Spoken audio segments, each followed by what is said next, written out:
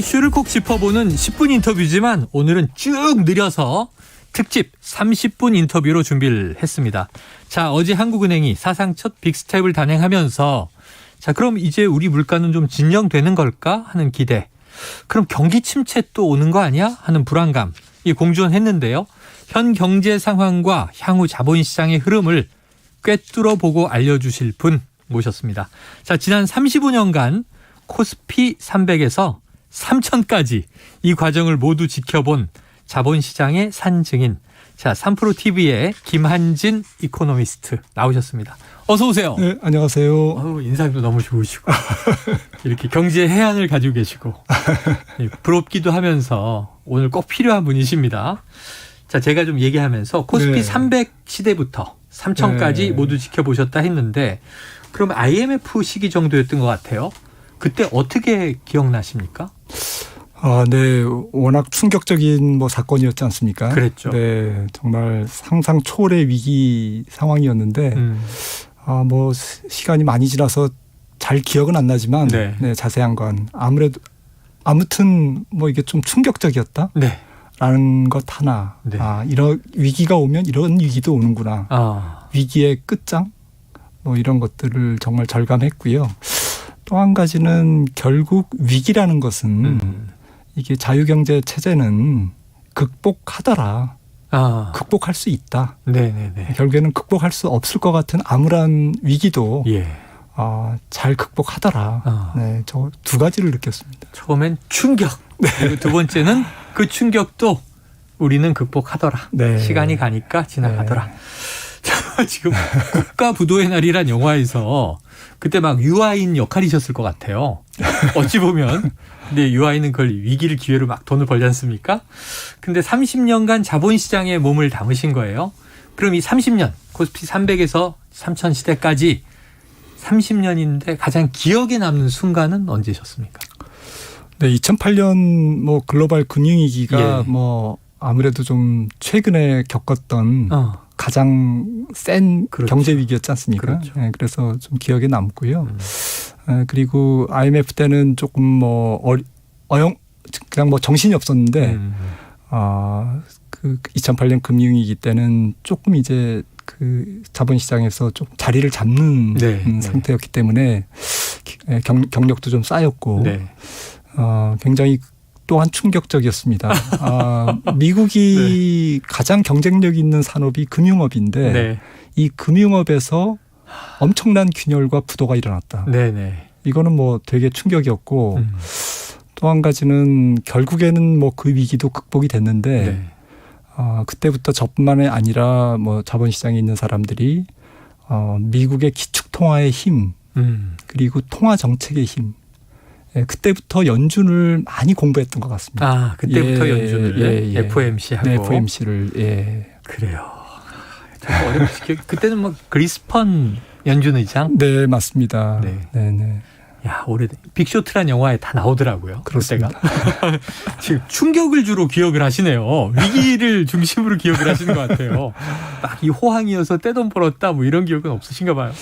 결국엔 위기가 굉장한 빅 찬스가 됐고 위기가. 결국 그때 돈을 번 굉장한 어마어마한 기회였다라는 게 좀 중요한 교훈이었던 것 같습니다. 밤새 듣고 싶습니다만 오늘의 또 핫 이슈가 있습니다. 한국은행의 기준금리 0.5%포인트 인상, 이른바 빅스텝.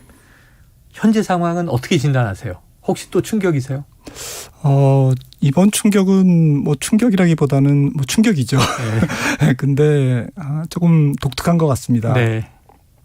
그러니까 사실은 우리나라뿐만 아니라 전 세계가 돈을 풀었지 않습니까? 코로나 때문에 팬데믹 기간 중 돈을 풀었는데 이 돈을 푼 다음에 이제 사람들이 많이 궁금해했습니다. 이게 이 끝이 어딜까? 네. 결국엔 다 같이 풀었으니까 다 같이 돈줄을 조일 텐데 금리를 올릴 텐데 그때 아무 일이 일어나지 않을까?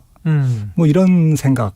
근데 그게 이제 인플레이션이라는 비용, 코스트로 전 세계를 지금 지배하고 있는 것 같습니다. 돌아오고 있는 것 같습니다. 그러니까 돈을 푼 경제는 모든 게 이제 비용이 있는데 네네. 돈을 푼 비용이 인플레이션이라는 이름의 비용이 지금 전 세계 경제 주체들에게 네. 과금되고 있다. 아, 네, 월급도 코로나로 깎고. 인한 네. 양적 완화에 네, 결국은 이 되갚아야 할 비용이었다. 네, 맞습니다. 네, 돌아온 것이다. 네, 네.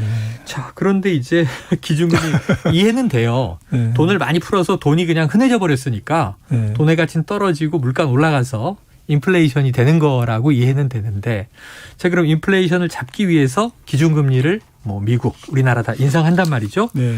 자, 7, 8월에는 물가 상승률이 7%대에 이를 수도 있다, 이런 전망. 미국은 네. 이미 9% 얘기하고 네, 있고요. 네. 현재 물가 상황은 좀 어떻게 보십니까? 네, 지금 뭐 우리나라나 전 세계 물가가 뭐 정말 상상 초월입니다. 41년 네, 만에 네. 최고니까요. 네. 그래서 어제 뭐 한국은행도 사상 최초로 빅스텝 0.5%를 올렸고 연말까지 두세 번 정도 더 올린다고 네, 그런 멘트를 하셨죠. 네. 총재께서. 그래서 연말에 그러면 2.75, 3.0 뭐 그 정도 기준금리가 도달할 텐데 네. 이거는 뭐 연초만 해도 상상 생각한 범위 밖에 있는 예, 일이죠. 예. 네, 미국도 마찬가지입니다. 미국도 어제 뭐 소비자 물가가 발표됐습니다만 네. 아무튼 이달 말에 0.75%나 혹은 1%포인트 예. 이렇게 올려서 전보 스텝. 네, 뭐 원빅, 뭐 전보 스텝. 네. 그래서 조금 뭐 어쨌든 굉장히 급격한 기승전결 뭐 어쨌든 네. 물가를 잡는 물가를 잡는데 모든 총력을 기울이는데 제 생각에는 3분기 말 4분기 초 한 찬바람 불 때쯤이면 물가는 비록 높은 수준에 여전히 머물겠지만 네네.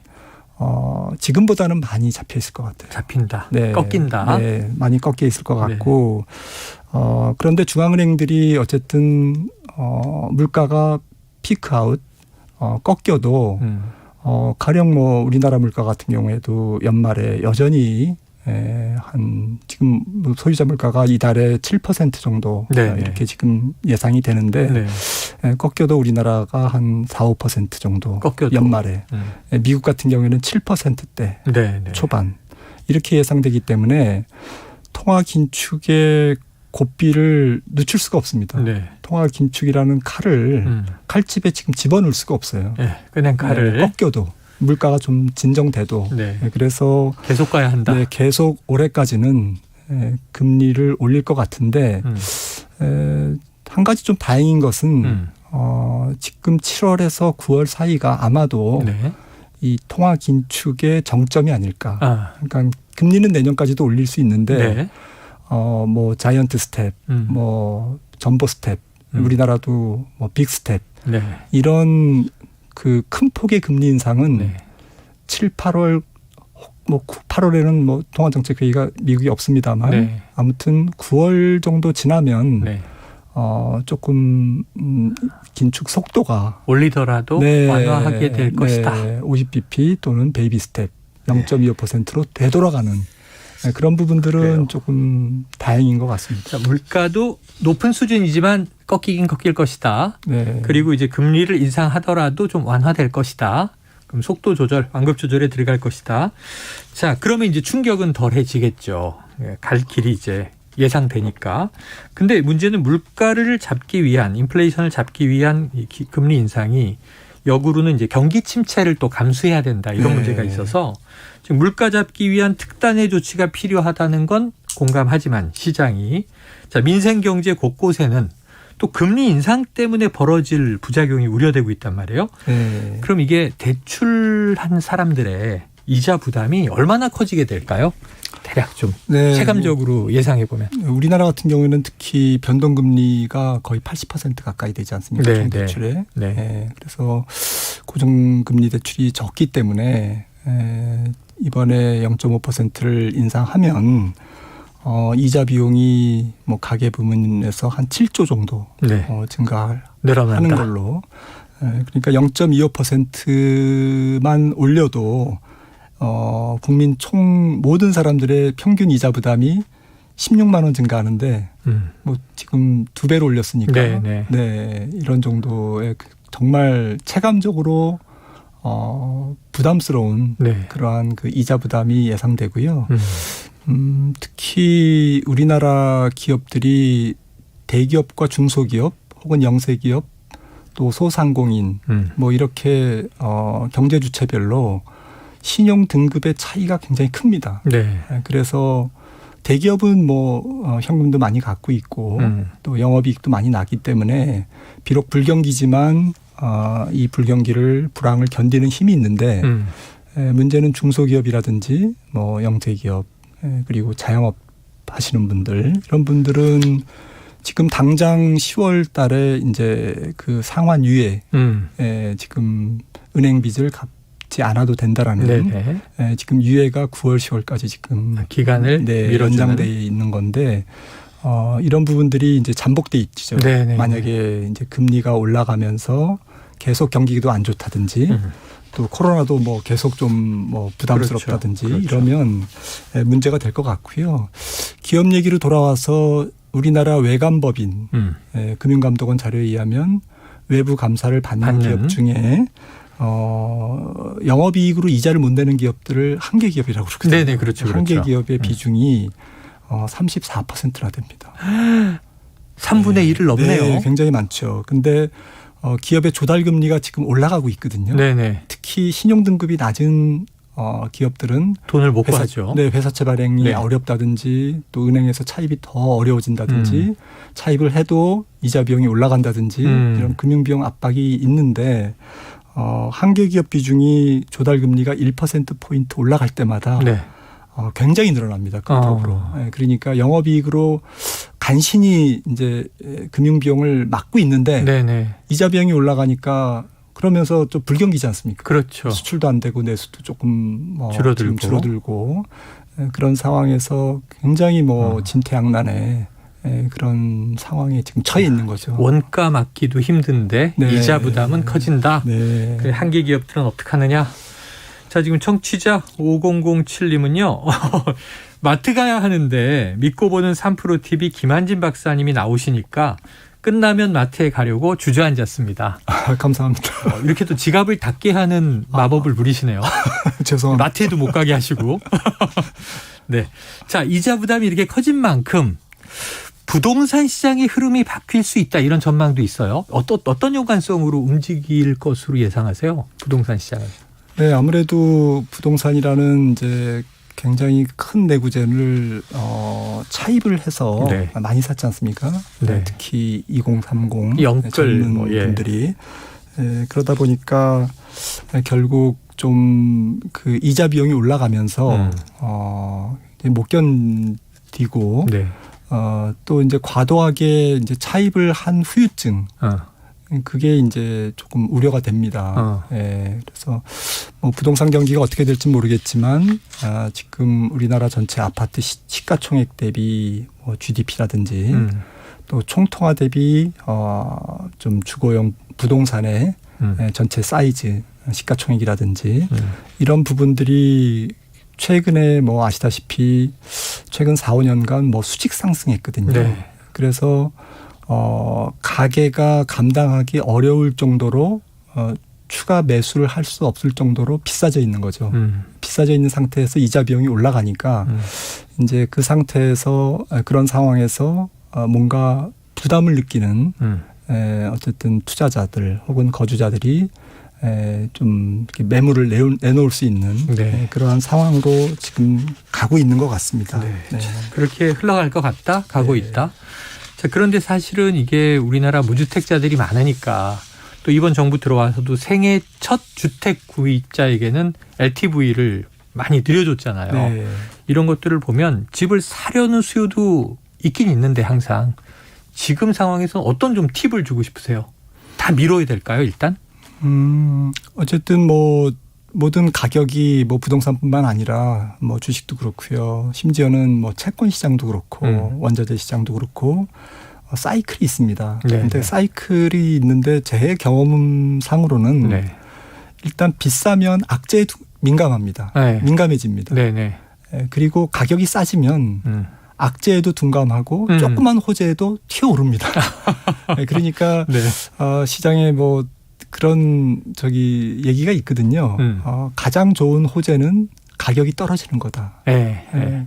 가격이 떨어지면 뭔가 매수세가 일어납니다. 네. 반대로 가격이 비싸지면 조금만 무슨 문제가 생겨도 네. 이게 큰일 날 것처럼 네, 심석봉대하고 또 투자 심리가 얼어붙고 또 얼어붙다 보니까 더 이 정도 빠져야 될 게 좀 더 빠지고 이제 항상 이제 어떤 가격이라는 메커니즘이 그렇거든요. 네. 이제 그런 관점에서 보면 지금 집값도 조금 많이 올랐기 때문에 네네. 거기에 대한 후유증, 을 반작용, 앓고 있는 것이다. 네, 그런 것들을 안고 있다. 지켜보자. 네.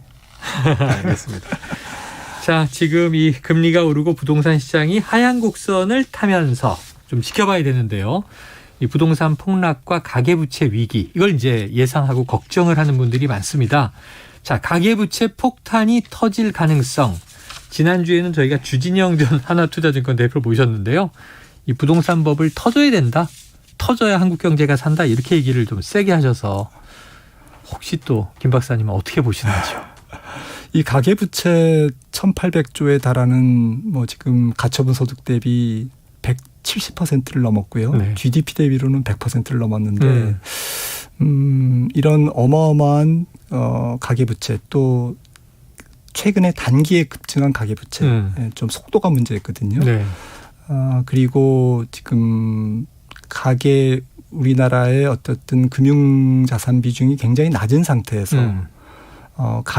가계의 어떤 자산이 거의 부동산, 특히 거주형 부동산에 지금 올인돼 있지 않습니까? 네네네. 이런 상태이기 때문에 이 부동산이 연착륙을 하고 네. 가계부채가 연착륙을 좀 부드럽게 조정을 보이고 부채 조정이 일어나면 경기가 그렇게 큰 문제는 없습니다. 오히려 더 건강해지고 네. 다음에 이제 경기가 좀 돌았을 때 오히려 뭐 뒷심을 받는다고 그럴까요? 그리고 건전성이 좋아지니까요. 네.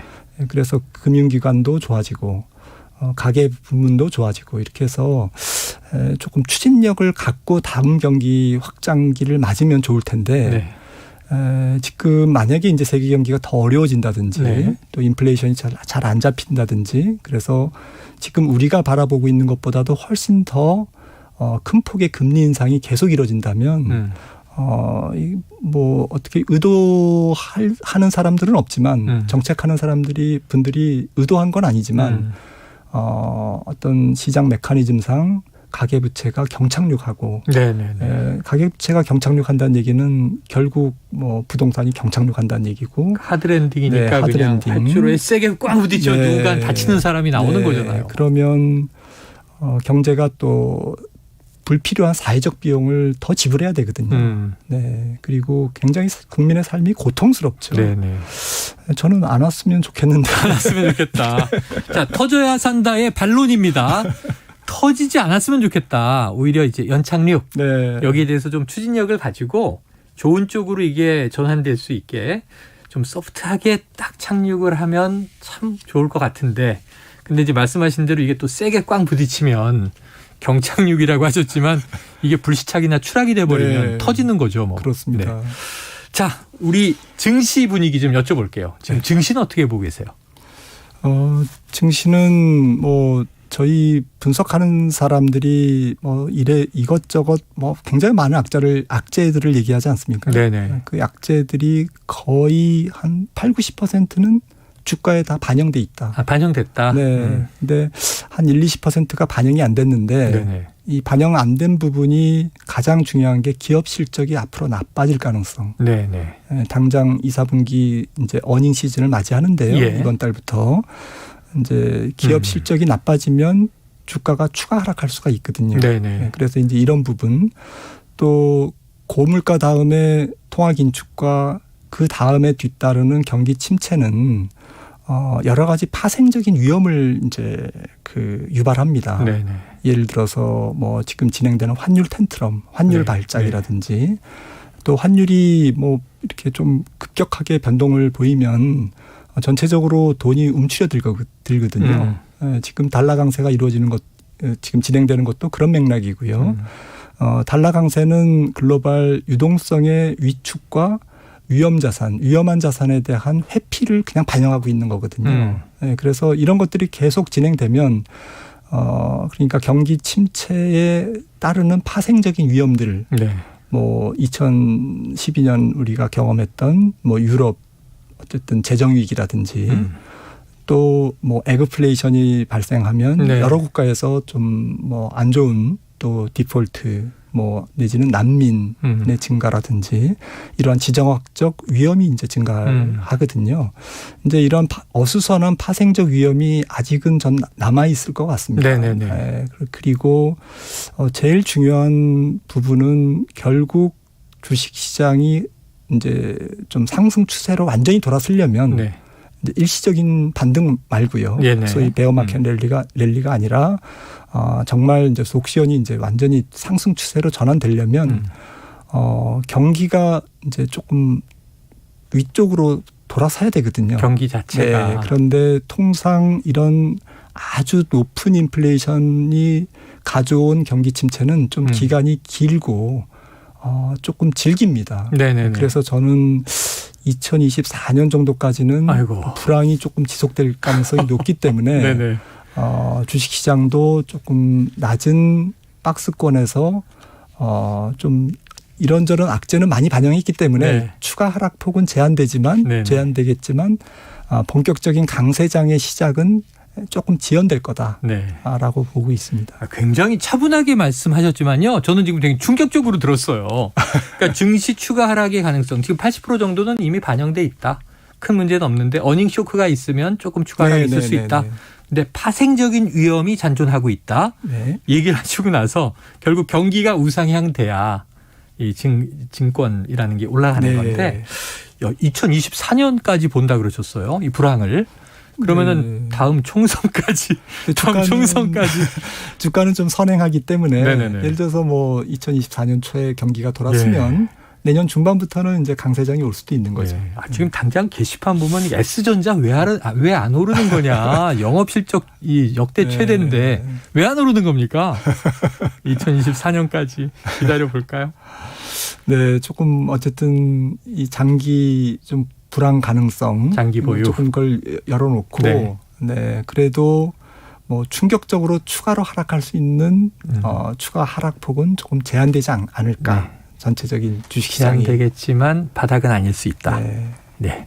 지금 모든 가능성을 다 열어놓고 돌다리를 두드려야 되는 겁니다. 자, 이게 뭐 지금 30년간 증시를 들여다보신 분이니까요. 저는 믿습니다. 좀 장기적으로 바라보자.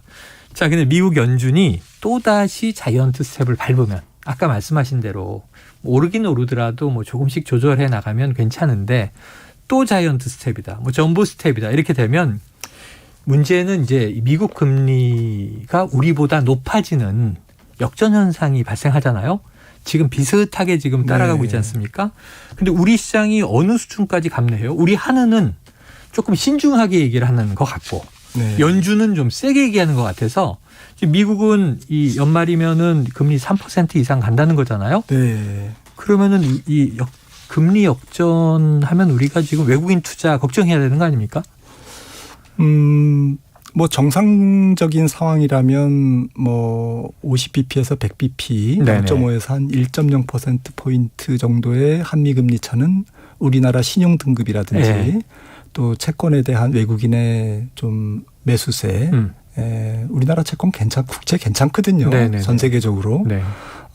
국가 신용 등급이 높기 때문에 그래서 이런 부분들은 충분히 감내할 수가 있습니다. 감내할 수 있다. 금리 차가 뭐 살짝 좀 역전된다고 해서 뭐 그 외국인 자금이 뭐 썰물처럼 빠져나간다든지 그런 사례는 거의 없었습니다.